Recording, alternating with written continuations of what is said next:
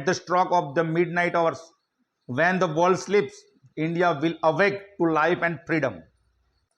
नमस्कार दोस्तों, आपका स्वागत है द ट्रेंडिंग टॉक में संजय पटेल के साथ। आप सभी को स्वतंत्रता दिवस की हार्दिक शुभकामनाएं। लेकिन मित्रों, आपके साथ आज मौजूद हूं एक नए टॉपिक के साथ। तो शुरू करते हैं। लाखों कुर्बानियां के बाद एक गुलशन खिला है, हर बूंद में वतन का ही रंग मिला है। हम आज़ाद है, ये बस कहने की बात नहीं है, इस आज़ादी के पीछे पूरा इतिहास लिखा है।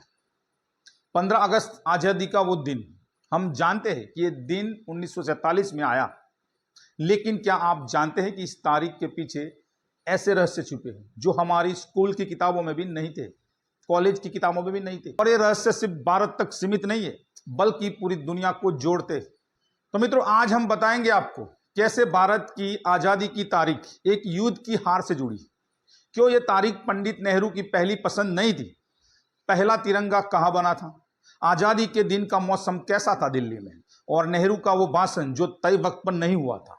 लेकिन कहानी यही खत्म नहीं होती। बीच बीच में मैं आपको ये भी दिखाऊंगा कि पाकिस्तान ने 14 अगस्त क्यों चुना, आज़ादी की रात दिल्ली का माहौल कैसा था, और उस दिन दुनिया के बाकी हिस्सों में क्या चल रहा था, यानी एशिया समेत पूरे दुनिया में क्या चल रहा था। तो मित्रों, शुरू करते हैं। 15 अगस्त 1945 द्वितीय विश्व युद्ध का अंत हुआ। जापान ने अमेरिका, ब्रिटेन और उनके सहयोगियों के सामने आत्मसमर्पण किया। इस दिन को ब्रिटेन में विजय डे कहा जाता है।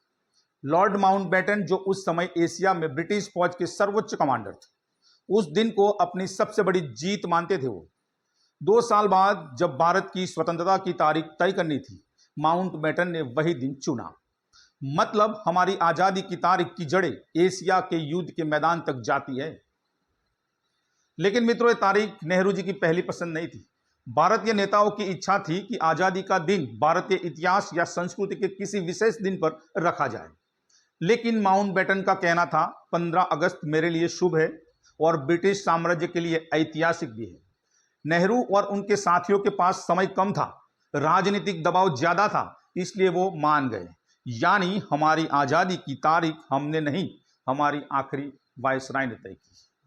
अब बात करते हैं मित्रों, भारत वर्सेस पाकिस्तान। आप सोच रहे होंगे, अगर हमने 15 अगस्त चुना तो पाकिस्तान ने 14 अगस्त क्यों मनाया। में ब्रिटिश संसद का इंडियन इंडिपेंडेंस एक्ट कहता है दोनों देशों को 15 अगस्त 1947 को आजादी मिलेगी।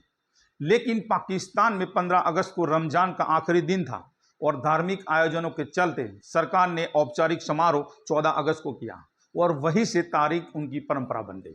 यानी पाकिस्तान 14 अगस्त को इसलिए चुना गया। बात करते हैं पहला तिरंगा किसने सीला। लाल किले पर फहराया जाने वाला पहला तिरंगा दिल्ली में नहीं बना था। ये मद्रास, आज का चेन्नई के फोर्ट सेंट जॉर्ज में एक छोटे से हैंडलूम वर्कशॉप में तैयार हुआ था। करीब 30 लोगों ने इसे हाथ से बुना।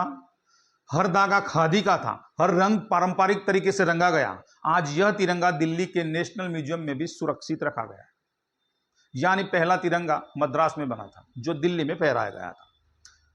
अब मित्रों, आजादी की रात का माहौल कैसा था, जरा कल्पना कीजिए। देश आजाद हो रहा है तो उस रात का माहौल कैसा होगा। 14 अगस्त की रात दिल्ली की सड़कों पर भीड़ उमड़ रही थी। रेडियो स्टेशन पे नेहरू का भाषण प्रसारित होने वाला था। लोग एक दूसरे को मिठाई खिला रहे थे, ढोल नगाड़े बज रहे थे। लाल किले के आसपास हजारों की भीड़, हाथों में मोमबत्तियां और तिरंगे के साथ। उस रात को दिल्ली सोई नहीं थी, क्योंकि एक नया देश जन्म ले रहा था। लेकिन इसके बीच आजादी के दिन का मौसम।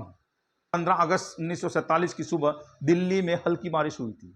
जब लाल किले पर तिरंगा फहराया गया तो आसमान में बादल थे और झंडे और नेहरू जी का मशहूर भाषण ट्विस्ट विथ डेस्टिनी भाषण आधी रात को हुआ था।